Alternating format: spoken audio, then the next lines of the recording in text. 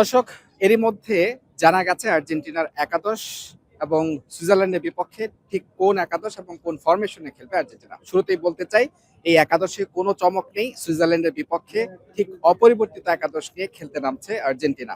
এবং মিশরের বিপক্ষে যে ম্যাচে যে একাদশটা শুরু করেছিল সেই একাদশটাই সুইজারল্যান্ডের বিপক্ষে শুরু করতে যাচ্ছে।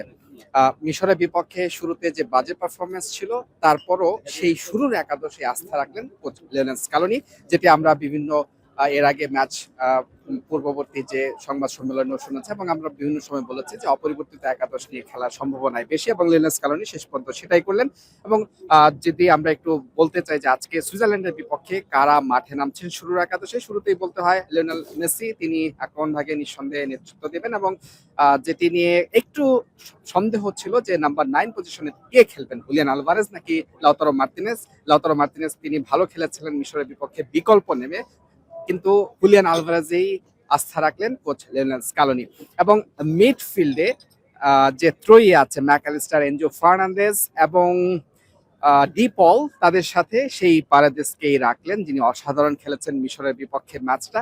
তিনিও কিন্তু এই সুইজারল্যান্ডের বিপক্ষে ম্যাচটা শুরু করতে যাচ্ছেন, কিছুটা হোল্ডিং মিডফিল্ডের ভূমিকায় থাকবেন এবং ম্যাকঅ্যালিস্টার কিছুটা উপরে ওঠে লিওনেল মেসিকে তিনি সহায়তা করবেন গোলের সুযোগ তৈরি করাতে। এবং ডিফেন্স লাইনেও যথারীতি কোনো পরিবর্তন আসেনি।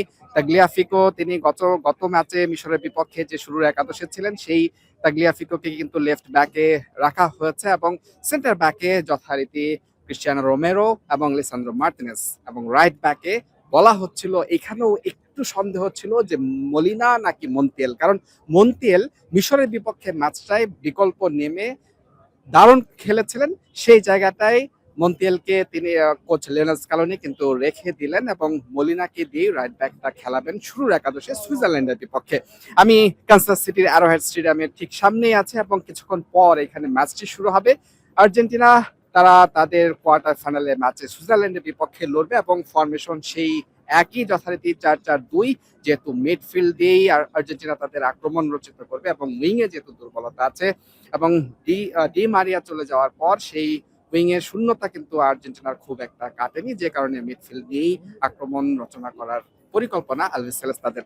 দর্শক, আর কিছুক্ষণ পর ম্যাচ শুরু হবে, তার আগে আর্জেন্টিনার একাদশটা কেমন হলো, এই একাদশে সুইজারল্যান্ডের বিপক্ষে ম্যাচের শুরুটা কেমন করবে, সেটি আপনারা অবশ্যই কমেন্টের মাধ্যমে জানাতে ভুলবেন না। মুজরামিন Tarek, Jamuna sports, Kansas City stadium, যুক্তরাষ্ট্র।